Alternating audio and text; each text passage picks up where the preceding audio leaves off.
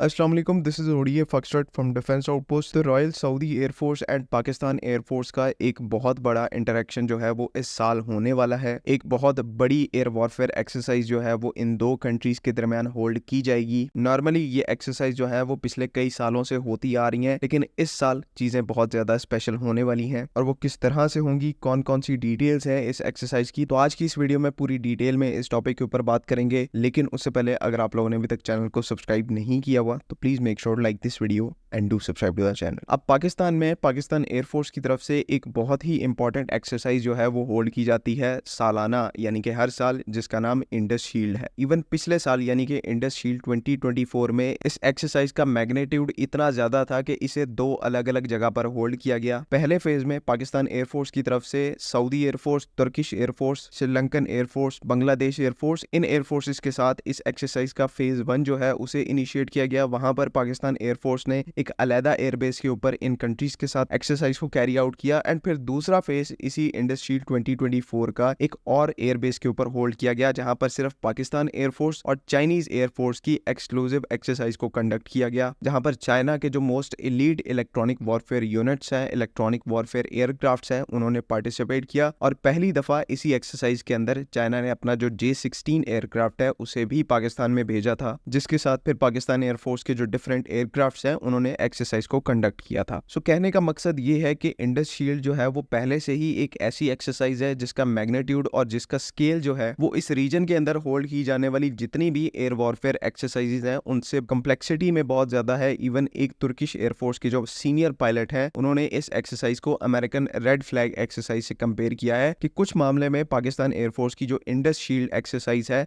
वो American red flag exercise से भी बेहतर है। बिकॉज पिछले कुछ सालों के अंदर इस एक्सरसाइज के थ्रू पाकिस्तान एयरफोर्स जो मल्टी डोमेन ऑपरेशंस एनवायरनमेंट है उसको एक्सटेंसिवली प्रैक्टिस कर रही है। उस फॉर्मेट के ऊपर दूसरी कंट्रीज को ट्रेन किया जाता है। जो इलेक्ट्रॉनिक सेंसर्स और इक्विपमेंट इस एक्सरसाइज के अंदर यूटिलाइज किए जाते हैं वो बहुत ही ज्यादा सोफिस्टिकेटेड है, जो कि इसे इस रीजन की एक वाहिद एक्सरसाइज बनाते हैं जहां पर काइनेटिक प्रॉम्प्ट के साथ, यानी कि फिजिकल आपके फाइटर एयरक्राफ्ट के साथ नेटवर्क सेंट्रिक वॉरफेयर की टेक्निक्स को भी स्टडी किया जाता है। और नेटवर्क सेंट्रिक वॉरफेयर की इंपॉर्टेंस इस मॉडर्न टाइम के अंदर आप सबको पता है कि बहुत ज्यादा होती जा रही है। सो ओवरऑल कहने का मकसद यहाँ पर यह है कि Indus shield over the years दुनिया की one of the best if not the best exercise में से एक बन गई है, जिसके स्केल को देखकर यहाँ पर हर कंट्री चाहती है कि वो इस एक्सरसाइज के अंदर पार्टिसिपेट करे। और अब इसी एक्सरसाइज का जो एक लेटेस्ट एडिशन है इंडस शील्ड 2025 के नाम से, वो इसी साल के एंड पर पाकिस्तान एयरफोर्स की तरफ से ऑफिशियली होल्ड किया जाएगा, जहां पर इस एक्सरसाइज की one of the most important और मेन पार्टिसिपेटिंग एयरफोर्स है वो रॉयल सऊदी एयरफोर्स है, जो कि इस दफा पिछले साल के कंपैरिजन में एक बहुत बड़े नंबर में अपने एयरक्राफ्ट और इक्विपमेंट को इस एक्सरसाइज के अंदर लाने वाली है, जिसमें ना सिर्फ फाइटर एयरक्राफ्ट और टैंकर एयरक्राफ्ट मौजूद होंगे बल्कि जो दूसरे कंपोनेंट्स हैं जैसे कि एवैक्स और ईलिंट एयरक्राफ्ट सऊदी एयरफोर्स की तरफ से, उनको भी इस एक्सरसाइज के अंदर लाया जाएगा। एंड इंटरेस्टिंगली यहाँ पर सऊदी एयरफोर्स के पास भी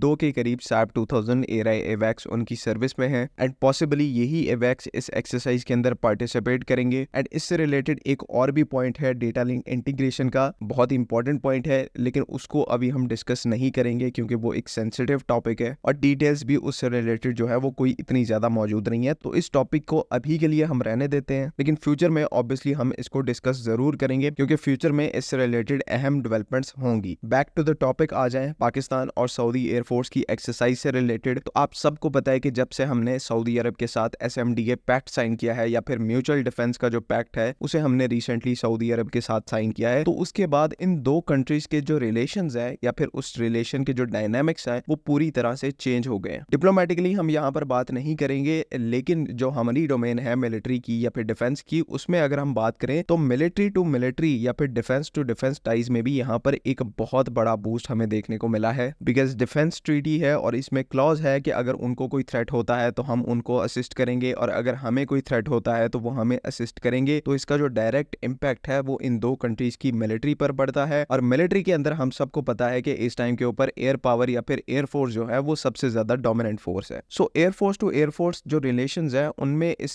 SMDA पैक्ट के बाद एक जो सबसे बड़ी रिक्वायरमेंट सऊदी अरब और पाकिस्तान को इस टाइम के ऊपर लुक आफ्टर करनी है वो इन दो एयर फोर्सेस के दरमियान म्यूचुअल प्लेटफॉर्म इंटीग्रेशन है। नाम सुनने में थोड़ा सा अजीब लग रहा है, लेकिन इसका मतलब यहाँ पर यह है कि पाकिस्तान एयरफोर्स और सऊदी एयरफोर्स के पास इस टाइम के ऊपर कैपेबिलिटी होनी चाहिए कि ये दो एयरफोर्सेस और इनके जो प्लेटफॉर्म्स हैं वो आपस में जॉइंटली किसी भी ऑपरेशन को, किसी भी एयर ऑपरेशन को, एयर कैंपेन को बगैर किसी इंटरप्शन के सीमलेसली परफॉर्म कर पाए। मींस के प्लेटफॉर्म टू प्लेटफॉर्म इंटीग्रेशन जो है वो यहाँ पर उसको अंडरगो करने की रिक्वायरमेंट यहाँ पर इस SMDA पैक्ट के बाद क्रिएट हो रही है। एंड जितने भी सेंसर्स सऊदी एयरफोर्स के, पाकिस्तान एयरफोर्स के जितने भी एयरक्राफ्ट हैं, काइनेटिक कैपेबिलिटीज, उनको आपस में इंटरकनेक्ट करके, इंटीग्रेट करके कल को किसी एक रीजन के अंदर भी हालात खराब होते हैं, चाहे मिडल ईस्ट में होते हैं, चाहे साउथ एशिया के अंदर होते हैं, अग्रेशन की सिचुएशन होती है, दो एयरफोर्सेज में से किसी एयरफोर्स को अपने एसेट्स जो हैं वो दूसरी कंट्री के अंदर डिप्लॉय करने पड़ जाते हैं, तो उस प्रोसेस के अंदर कोई भी किसी भी किस्म की इंटरप्शन ना आए, नेटवर्क सेंट्रिक भी और प्लेटफॉर्म सेंट्रिक भी। साथ ही साथ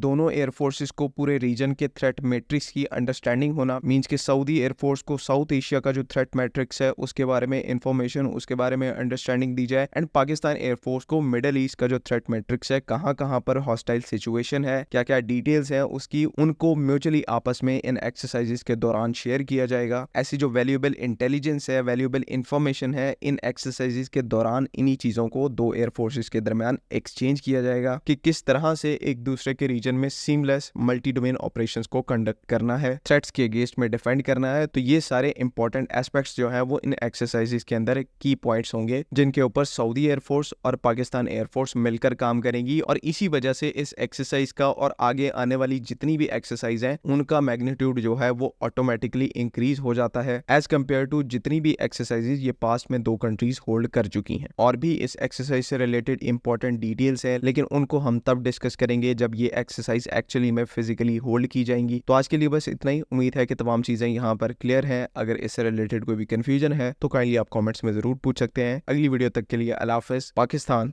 जिंदाबाद।